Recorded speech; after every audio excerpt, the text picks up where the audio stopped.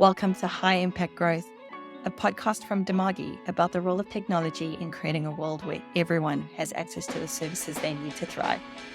I'm Sarah Strauss, Senior Manager of Revenue Marketing, and today your co-hosts, Amy Vaccaro, Damagi Senior Director of Global Marketing, and Jonathan Jackson, CEO and co-founder, are joined by co-creator of Category Pirates, Christopher Lochead.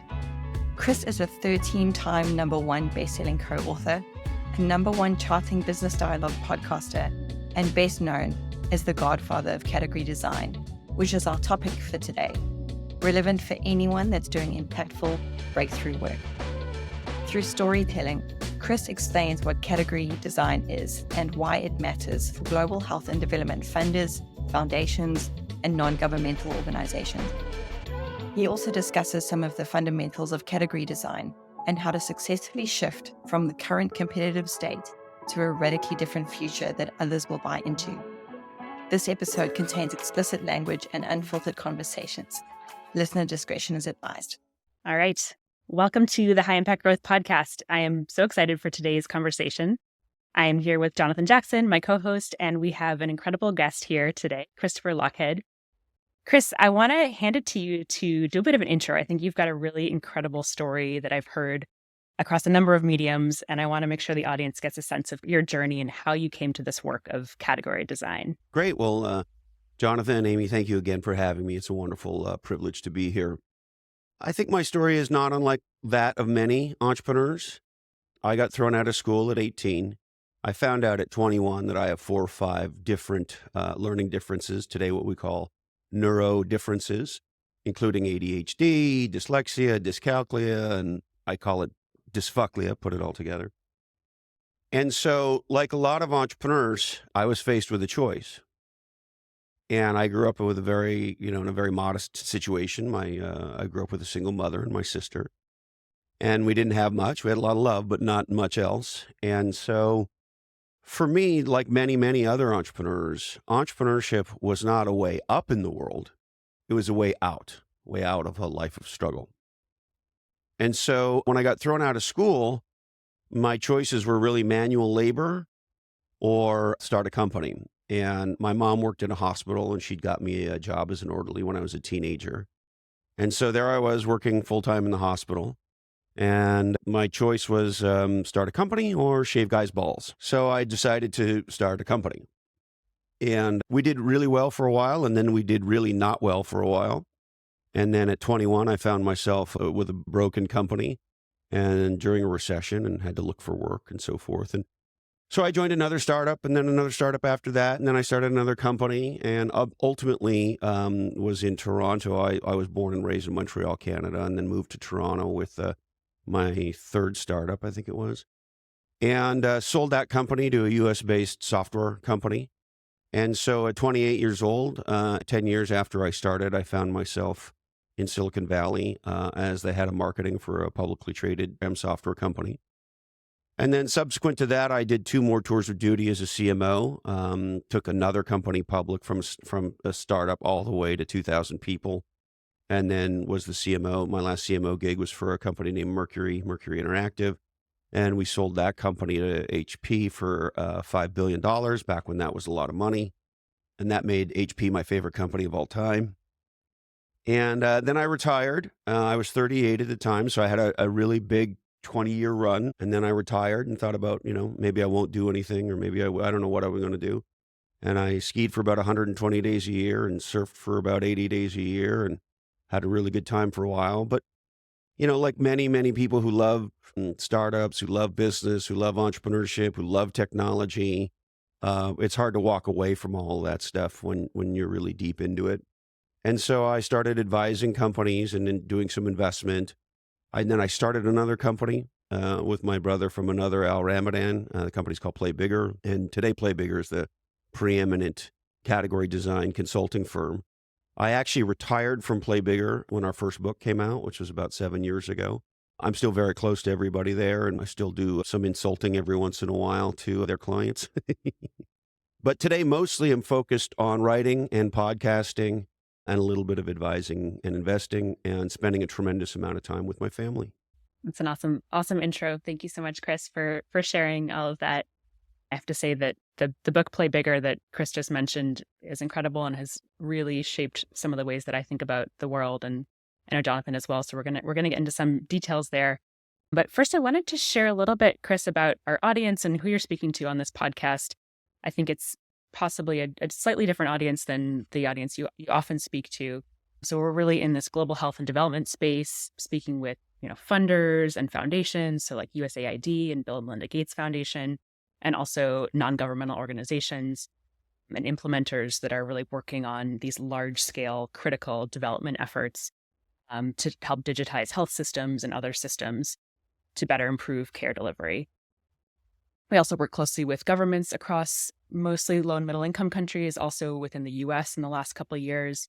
So I think, category design, which was this concept that really came to the forefront, I'd say, in Play Bigger, the book that you authored 7 years ago, has really become mainstream, I think, in the tech world. But I'm willing to guess that in the world that we operate in, it's a fairly new concept.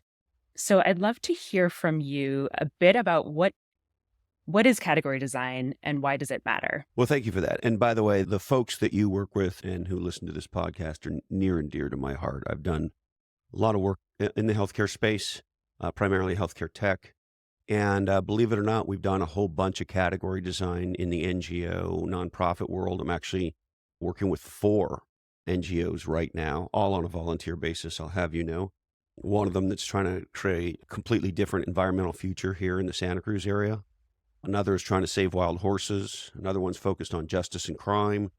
And so I love talking about category design outside of the world of Silicon Valley because it really applies. So category design is a management discipline, and it really is one that is for anybody who is doing what they consider to be breakthrough work.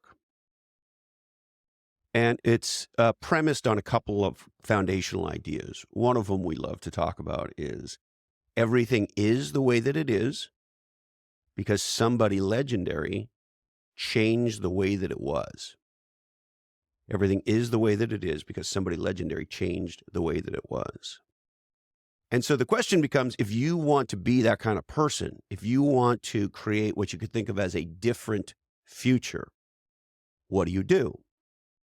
Well, it turns out there's about 60 or 70,000 management strategy books on Amazon, and there's about 100,000 marketing books on Amazon. And me and my collaborators and co-conspirator pirates have not read all those books, but we've read most of the most influential ones that many of us in business have read. And virtually all of them are about the same thing, which is how do we compete with a better product and or brand in an existing market to take market share, to quote unquote disrupt the market. There's no such thing as market disruption. We'll talk about that in a second. It's bullshit. And that's what they do. And so there is an unquestioned, undialogued, unconsidered, unthought about assumption that gets plugged in, which is we are going to compete in a market.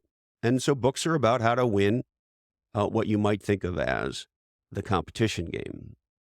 Well, that would be great, except nobody legendary ever did that. Martin Luther King was not competing with an entity. He, like all category designers, was competing against the status quo. Bob Marley was not competing against Led Zeppelin. Bob Marley was playing his new category, new to those of us who didn't grow up in Jamaica, of reggae. And he was not having a zero-sum game with hard rock or any other form. And so category designers are the people who break and take new ground. They're the people who move us to a different future. And when you really start to think about it, Amy, most people get paid to extend the past, or if you will, the way that it is. Very few of us are actually in the business of making things different. Many of us are in the business of improving the way that it is, and that's great. And there's a lot of domains where improving the way it is exactly what we want them to do. I don't want to get onto a plane that is being managed by a breakthrough innovation air traffic control system. I want them to use the current air traffic control system.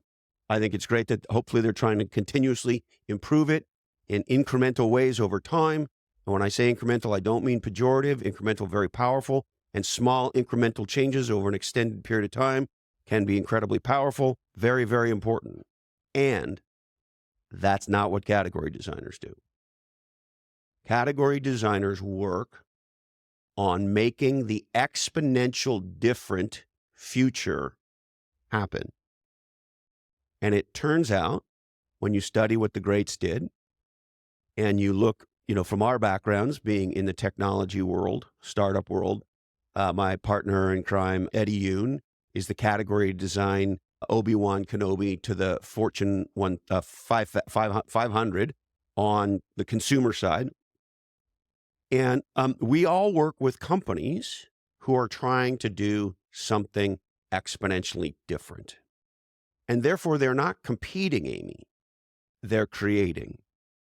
And so anybody who wants to spend their career doing incremental improvement stuff, managing stuff and competing, that's great. That's not who we're for. And there, between marketing and strategy books, there's 160,000 you can go read, and away you go.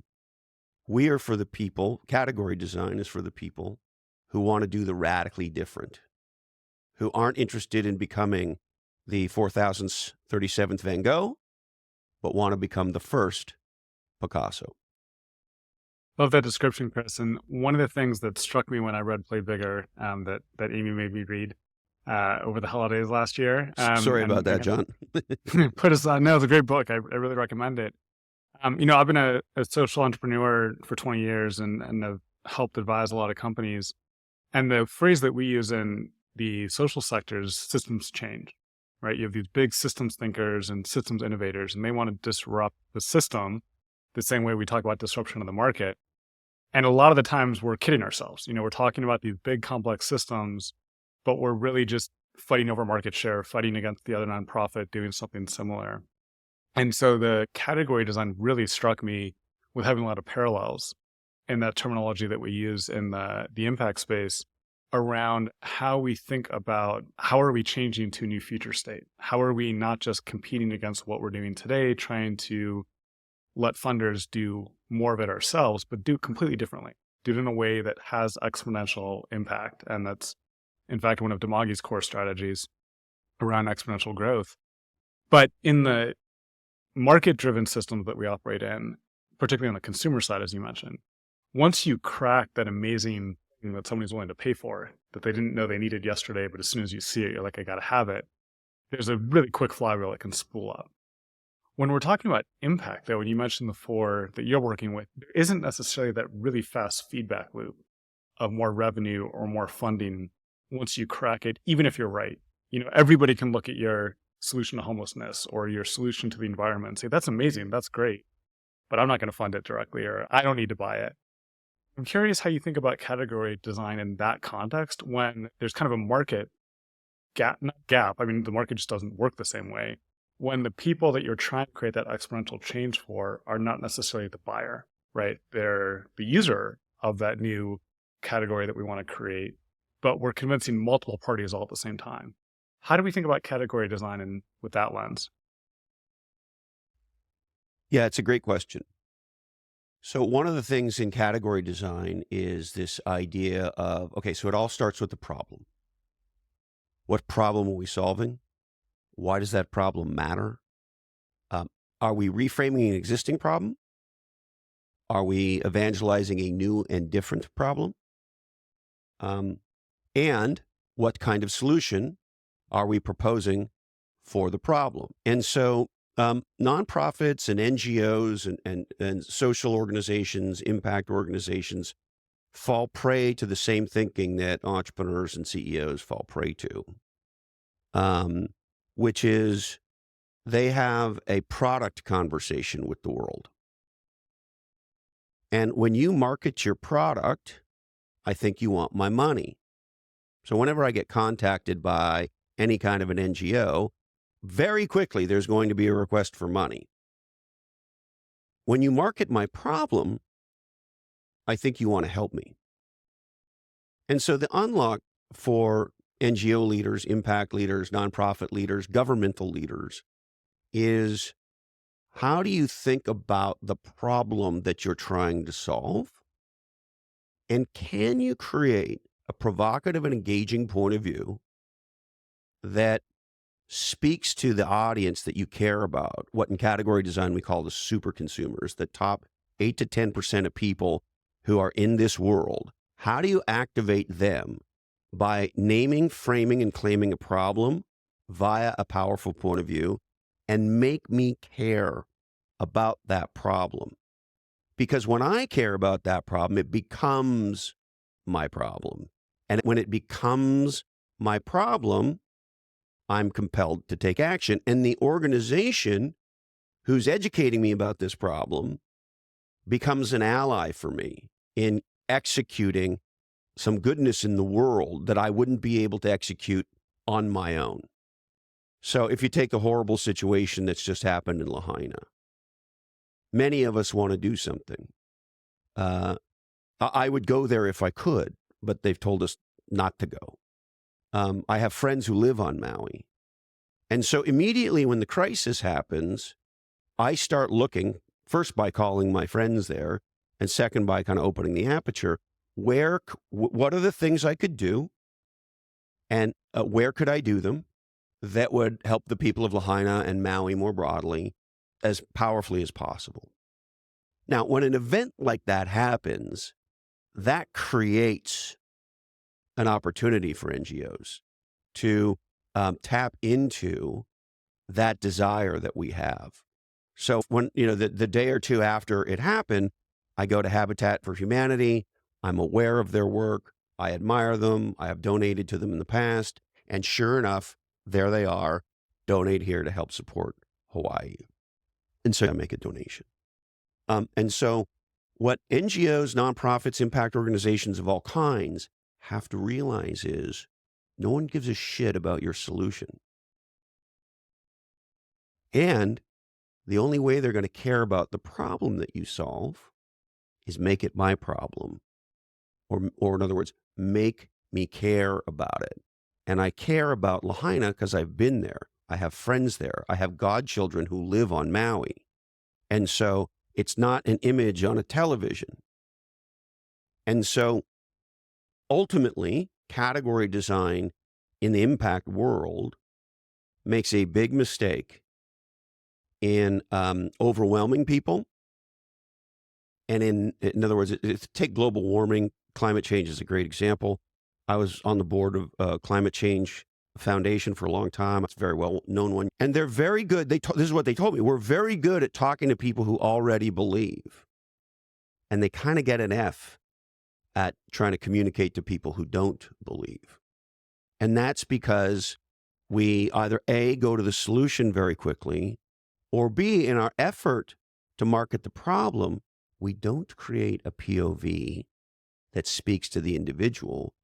We overwhelm them with the problem, and then we go, oh, fuck climate change. I don't know what to do. Maybe I'll use less toilet paper. Oh, fuck it.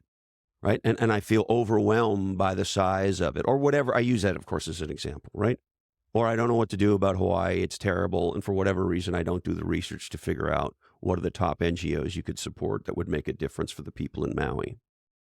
And so in the nonprofit world, we want to differentiate the category of nonprofit that we are with a radically different POV that makes the problem that you're solving a problem I want to help you solve. Thus, it becomes my problem.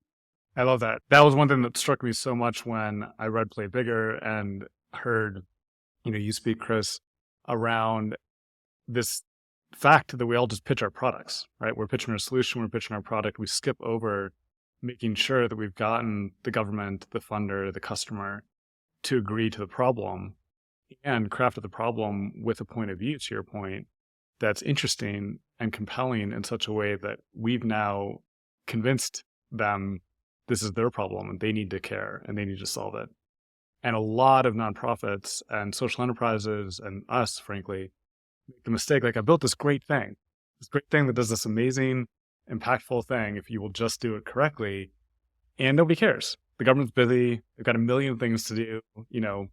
Everybody's busy. Why is my problem worth caring about? Why is it important that you agree about this problem?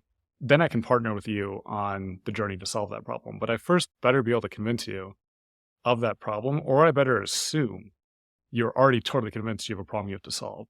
And then I can pitch you my product. Yes. And if you like, I'd love to give you a couple examples. Yeah, love it. So I'll give you one from history and one that's happening right now. So my mom's name is Jackie, and she's in her 70s. And I Mine love her too. dearly. Jackie, and also in her 70s. You have a Jackie mom name? Mm-hmm. You have a mom named Jackie in her 70s? I do indeed. We should swap photos. If they look like each other, it'll be even weirder. And my Jackie got her first summer job when she was 16 years old, working in a factory in Montreal, Canada, a balloon factory on an assembly line. And I forget what the exact numbers are, but I'll be directionally right. She was working on an assembly line with mostly boys, young men. And if the boys were making $1 an hour or 75 cents an hour, she was making 50 cents an hour. And the law in the United States and in Canada at the time was men made more money than women. That was the way it was. Everything is the way that it is because somebody changed the way that it was. So what happened?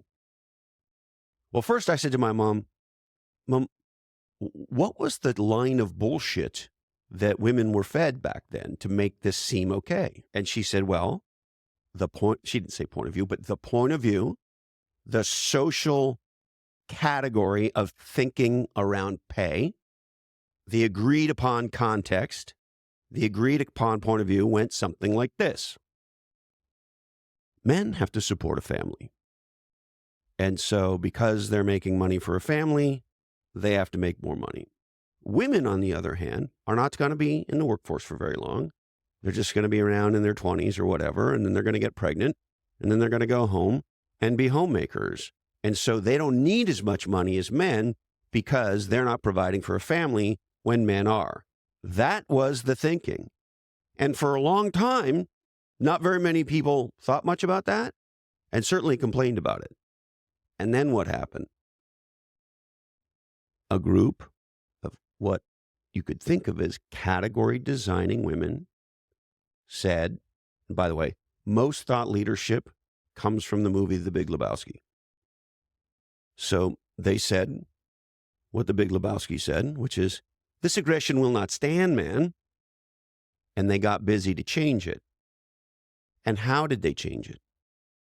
Well, the success of the women's movement or the equal rights movement in North America is one of the most extraordinary social change category design. In category design, we talk about from twos or Frodos for short.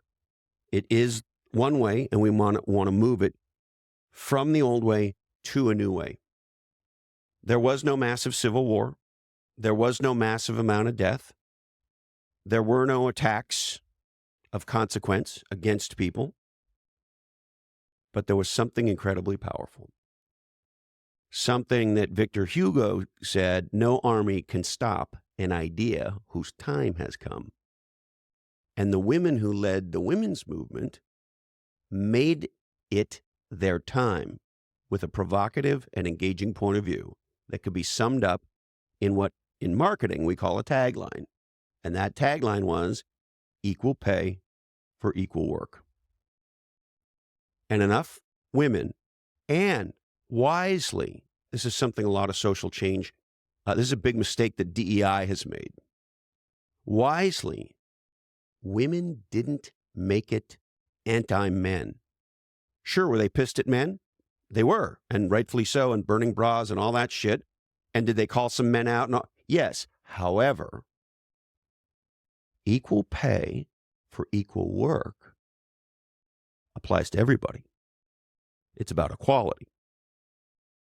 And so they also made it a rally cry, a point of view for them and for all others who believed that that point of view made sense. Translation, men who wanted to stand with them and say, you know what?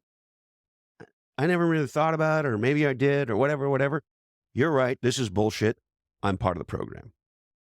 And so when that happened over a period of time, laws changed. And what was the law is now illegal, seriously illegal. And if it can be proven that a company discriminates on pay against women or any other group, they're going to suffer serious consequences for it. And the entire contextual framework, the lens people apply to work and value, moved from the old way to the new way, because enough women with some men stood up under the mantra, equal pay for equal work. And it all changed. Love that. And you said you had one from current time as well. Yeah. So we have a crisis going on here on the California coast. And what's going on is, as global climate change continues, storms get more powerful. And where the storms occur in the ocean is also different. So in other words, the waves hit the coast at a different location. So in Santa Cruz, by way of example, in January of 2023, we had some of the worst storms in modern history hit Santa Cruz, and it blew up West Cliff Drive, and I'll explain to you where that is in a second, but it's a national treasure. Think Yosemite in the ocean, and that's what that area of Santa Cruz is like. And it destroyed West Cliff Drive, and more importantly, it caused a group of us to start really engaging with the problem. So what's really going on here? And what emerged in Santa Cruz was an inane conversation about a road.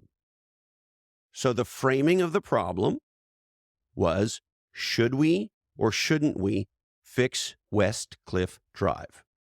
Because big chunks of it went away, and there were a lot of people, and still are a lot of people, who say we shouldn't do anything. We should let Mother Nature do her thing. And we're going to practice this approach called managed retreat. That is to say, as the ocean destroys the coastline, we're going to let it happen, and we're just going to move everything back. And if that happens to be an important road or an important beach or an important surf break or somebody's house or whatever, well, fuck it. Mother Nature's doing what she wants, and that's that. Well, it seemed like a radical oversimplification to a group of us. And it also seemed like a bit of a false choice. Yet this had been the debate. Essentially, managed retreat or not. And so the argument becomes, should we or shouldn't we fix the road? So, led by my brother from another mother, co-author of Play Bigger, Al Ramadan, we start asking some questions, and we start talking to scientists, and we have UC Santa Cruz here with some of the smartest scientists in the world, and marine biologists, and there's more focus on ecology and environment and the ocean, and Monterey Bay as a certified marine sanctuary. It's one of the most powerfully managed marine areas in the world, et cetera, et cetera. So there's a lot of smart people on this, and Al and I are certainly not experts on any of it, but we go to school. And here's the aha. I can walk you through it at any level, but here's the aha. If we do managed retreat, in the case of Santa Cruz specifically, much of what humans value around this coastline will go away. So beach breaks are getting destroyed. The reefs themselves are getting destroyed. The beaches are moving further and further south. So the sand is actually moving. So beaches are moving and or changing and or going away. Surf breaks are going away. And access to the ocean is actually going away, because as this happens, being close to the ocean, it gets to be more and more dangerous. Last night, I was with some friends in Capitola, and we were going for a walk along the bluff. And it's probably, 25 feet, 30 feet up from the ocean. And there's a beautiful walkway. And there is a new fence there that is 8 feet further inland than it was last year, because so much of that coastline is gone. And if you don't move the fence and the walkway, people are going to fall and die. So this is what's going on. So we go and we talk to all the scientists. We figure out what the ramifications are. I roughly outlined them for you. Then we also do some of the social and economic implications. Okay, so if these key beaches are gone, if these surf breaks go away, if the lighthouse falls into the ocean at Lighthouse Field, which is absolutely going to happen, the last 2 storms have destroyed that rock and the reef around it, et cetera, et cetera, et cetera. What is a rough assessment of the economic impact to Santa Cruz? Okay, well, it's really bad. So here's what we discover.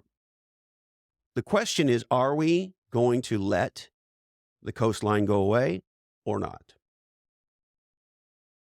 And we went to work on that. And most people didn't want to do what was called, quote unquote, hardening the seawall, because it's counter to Mother Nature. So what we did was we went back and found out how Santa Cruz looked. Al got the first aerial photos of Santa Cruz from the 1920s. He got the first maps of Santa Cruz from much further before that, so that we could study what the coastline used to look like. And here's the aha. We can either do what today we call natural feature restoration, which is in part supporting what's there and in part adding to what's there to restore it to its prior glory, or we can let these natural features continue to dissipate and the environment won't be the way that it was in the ocean, and it will dramatically affect the environment on the land, and it will dramatically affect local quality of life and the economy.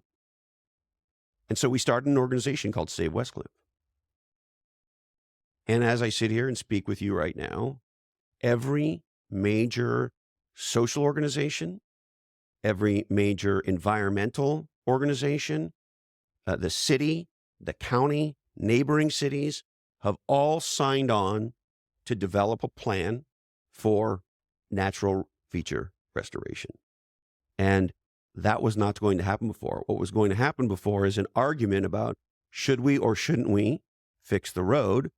And as part of what we're proposing, we are proposing a 50-year plan, because we want this area. I had this guy on my podcast a while back called Xander Rose. And Xander's the head of the Long Now Foundation. They're building this massive clock. And he asked me a question that stopped me in my tracks, which is, are we being good ancestors? And what Al and I realized is, and we're environmentalists, we understand the managed retreat discussion. We also understand the fact that for 14,000 years, since we moved from hunter-gatherers to farmers, human beings have been modifying planet Earth for their benefit and for other benefits. So there's a trade-off to be done here. And the aha we had, which is now the more common thinking in our region, is we want to be great ancestors. We want to preserve the natural features of Santa Cruz that had been there for, we know for sure, hundreds of years and probably thousands, but because of global climate change are radically going away. And so we've now gotten a situation where most people were radically opposed to doing anything. And now there's a massive movement afoot that includes all of the major agencies and local governments, including the state government. And the California state government has now signed up to say, yes, we support this idea of natural feature restoration and putting together a 50-year plan for the coastline of Santa Cruz and the northern Monterey Bay. And 9 months ago, people were having an idiotic conversation about a road. Well, I love that narrative, and congrats on that hard work of thinking through that problem. And you had a key phrase here, which goes to the category that Demagi is working on, with this false choice. Often we look at problems and they're framed in a way that you're choosing between two things that are not the most important things to be choosing between, or even actual challenges or opposition to each other. In fact, you often need to figure out a solution that does both those two things, and maybe a third and a fourth thing. For us, we've been in the digital health space for 20 years. We believe deeply in the potential for technology. We've seen the impact it can make. We've researched it. We've proven it. Yet so many of the digital projects we see in the United States and abroad are just garbage. They're digitizing an existing broken program. They're getting data back to a broken administrative structure. They're reinforcing inefficient, bloated programmatic activities. And we believe technology can be doing so much more. And so for our category, which we call impact delivery, our focus is really on how we unlock 10 times more impact with the same investment we're making today. There's plenty of money going into digital systems. It's only growing. It exploded during COVID. But ultimately, unless we can create more impact, better impact, and sustained impact, we're never going to have the impact we need to for the people we're trying to serve. And the problems we're trying to face are getting more complicated. The stakeholders and the dynamics and the ecosystems we're supporting are getting more complex with humanitarian crises, food crises, and so many additional issues. You can't just address, a software solution for one problem anymore. It's not sufficient. You need to be addressing approaches that can really create a whole capability for these amazing frontline workers, whether that's on the coastline of Santa Cruz, in a clinic in Zambia, or anything in between. And ultimately, we really chose to anchor our organization around this notion of using technology to create better jobs. If I look at the technology I've forced on our staff at Dimagi, the technology we've built for others, so many different software solutions make jobs worse. Whether that's a CRM solution that makes your sales team less efficient but gives the sales manager better visibility, or software testing solutions that slow down engineers, I really deeply believe we can do both. It's a false trade that you can't create great empowering technology for individuals, get all that data back that the executive team or the government need. And it's about really convincing the market of this problem that we are just screwing up how we're spending digital money right now. We are wasting it digitizing these vertical programs that are really challenged to begin with, but that are missing this amazing opportunity to create better jobs. And so that's really what we're trying to convince people of with our problem. One of the interesting challenges with our point of view is we've been one of the market leaders for the last 20 years, reinforcing the way the world currently is. And we want to turn the way the world currently is into a was. But as somebody who's been a leader in this field for 20 years, we're also trying to figure out what is the appropriate way to articulate this problem, given that we've been a huge part of getting the industry to where it is today. And so my question for you, or just to hear your response, Chris, is as a company that's been in this field, that was viewed as an innovative leader when digital health didn't exist, when mobile technology wasn't yet exploding all over the globe, we used to be the small new, innovative group. Now we're mature and one of the bigger kids. And now we want to come and say like, hey, we've done amazing work. We've gotten a lot of stuff right, but we got some of this wrong.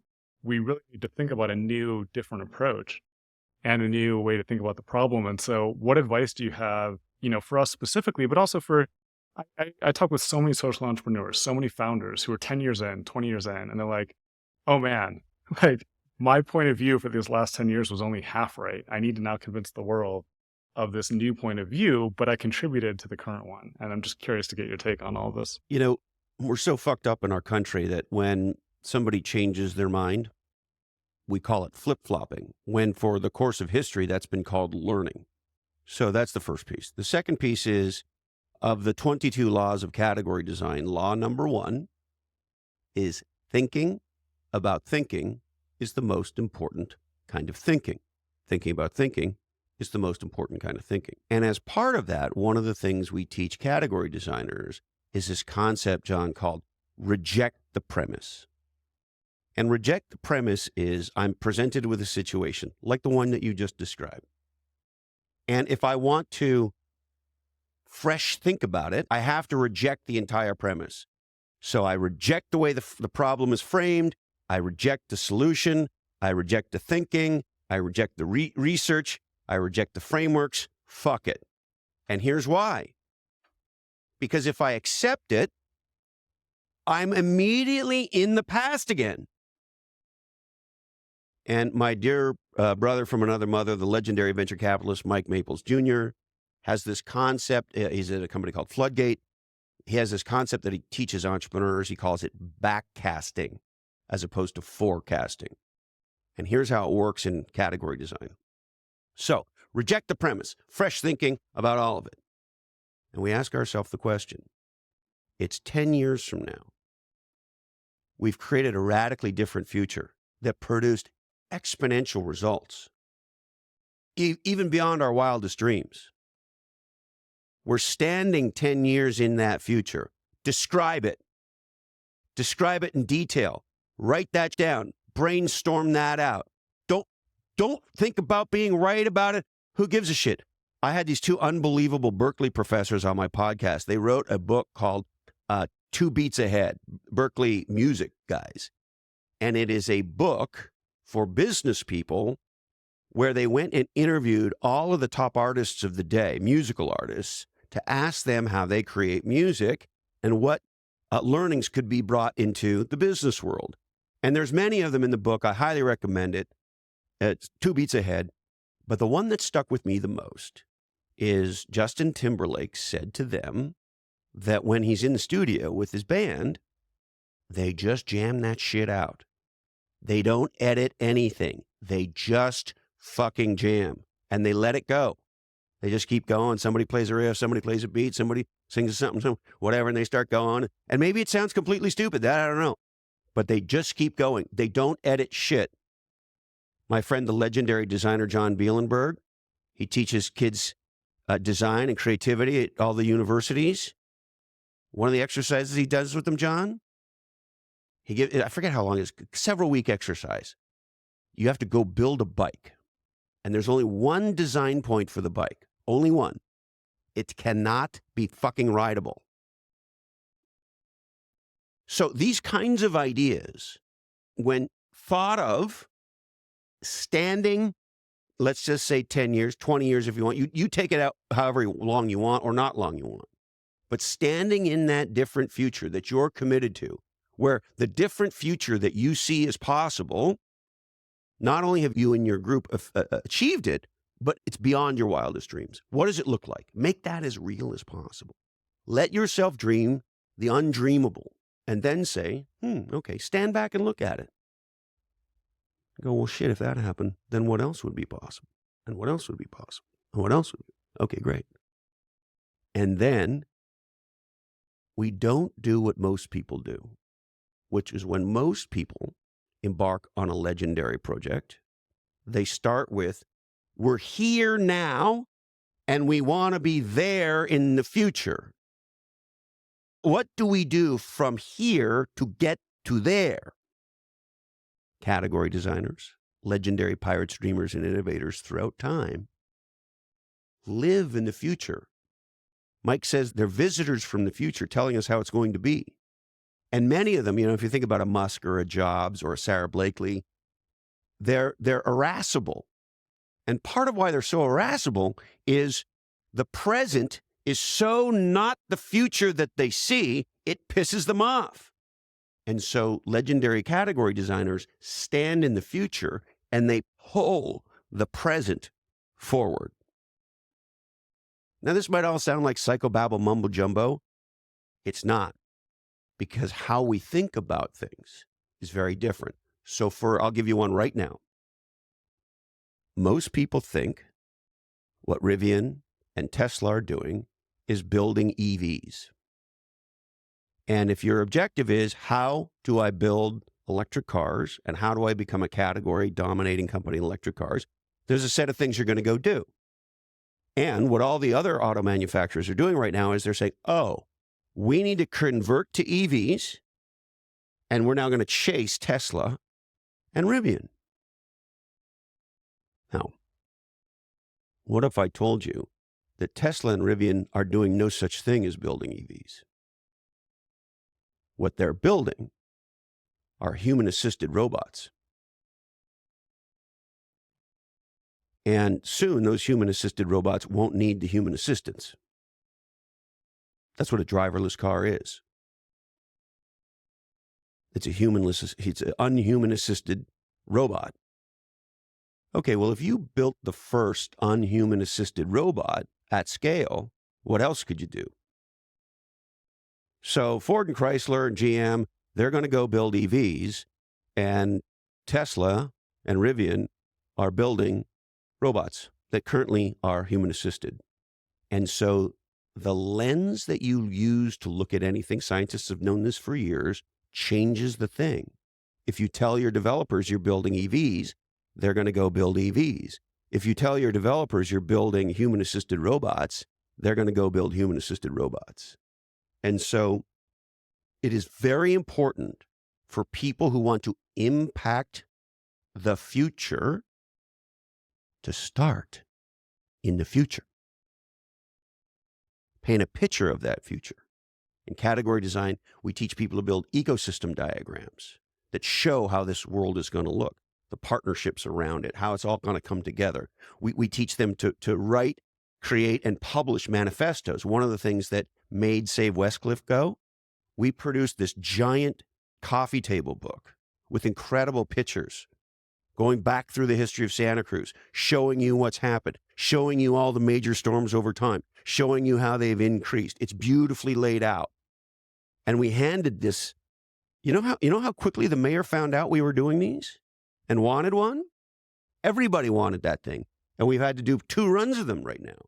And in category design, we call that a manifesto. And what's a manifesto? A manifesto is a document or a presentation of any kind that brings to life the different future that you're trying to create.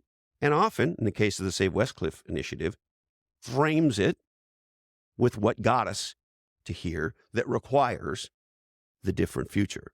But the only way you can consider, it was inconceivable 9 months ago that we would have every major radically conservative environmental group in this area supporting this kind of initiative, because they've always said, leave it alone and whatever happens, happens, manage retreat. And now they're saying, wait a minute, maybe there is a way to do natural feature restoration where we harness the way nature is now and we add some of the things that she was before. It's a radical idea.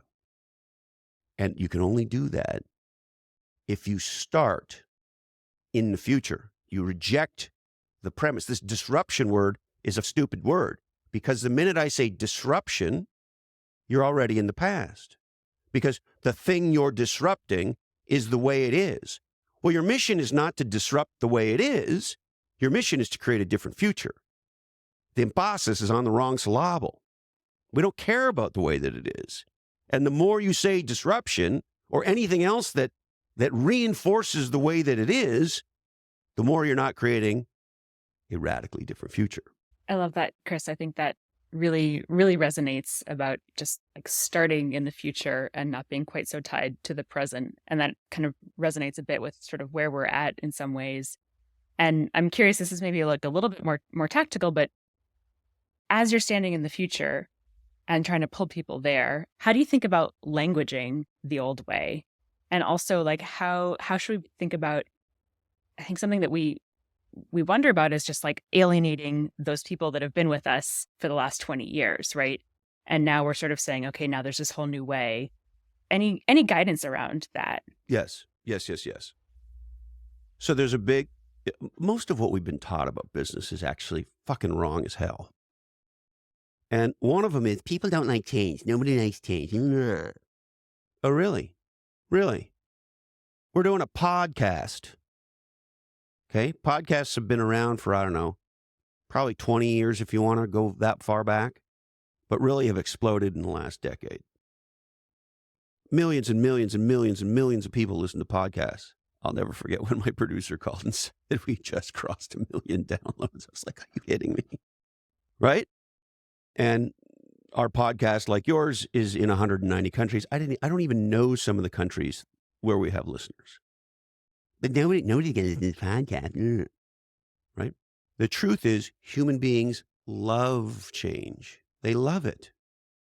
If they are taught why it matters, AKA somebody frames, claims, and names a problem and presents a non-obvious solution to that problem. And we've studied the noises we want people to make. We want them to go, huh? Ah. And so you spoke about languaging. Here's another big mistake that people make. You can't describe an exponentially different future exclusively with words from the past. So when Starbucks starts, and I'm going to be directionally right and empirically wrong, but let's say a coffee at the time was $0.25 in most diners, coffee shops. They said, well, we don't want to sell coffee for $0.25. We want to sell coffee for $3. Okay, well, here's the first thing. You can't call it a coffee. Because coffee's $0.25.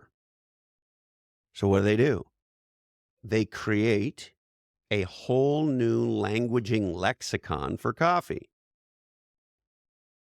a tall, a grande, a venti, a king conge, or whatever. I don't know all the names. But grande and venti and tall are the ones that I remember. And so when you walk into a Starbucks, you don't ask for a coffee. You ask for a double grande latte or whatever you ask for. And that's why it's $3.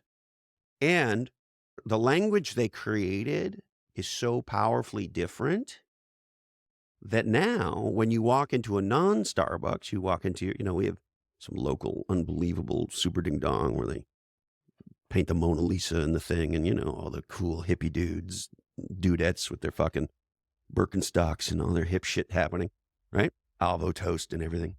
And people walk in there and say, I'd like a double grande latte, please. And if you go into one of those hipster places and ask for that, they always kind of look at you with a bit of a snarl, like, right? Because they know that you've accepted their competitors' languaging as the language for the category.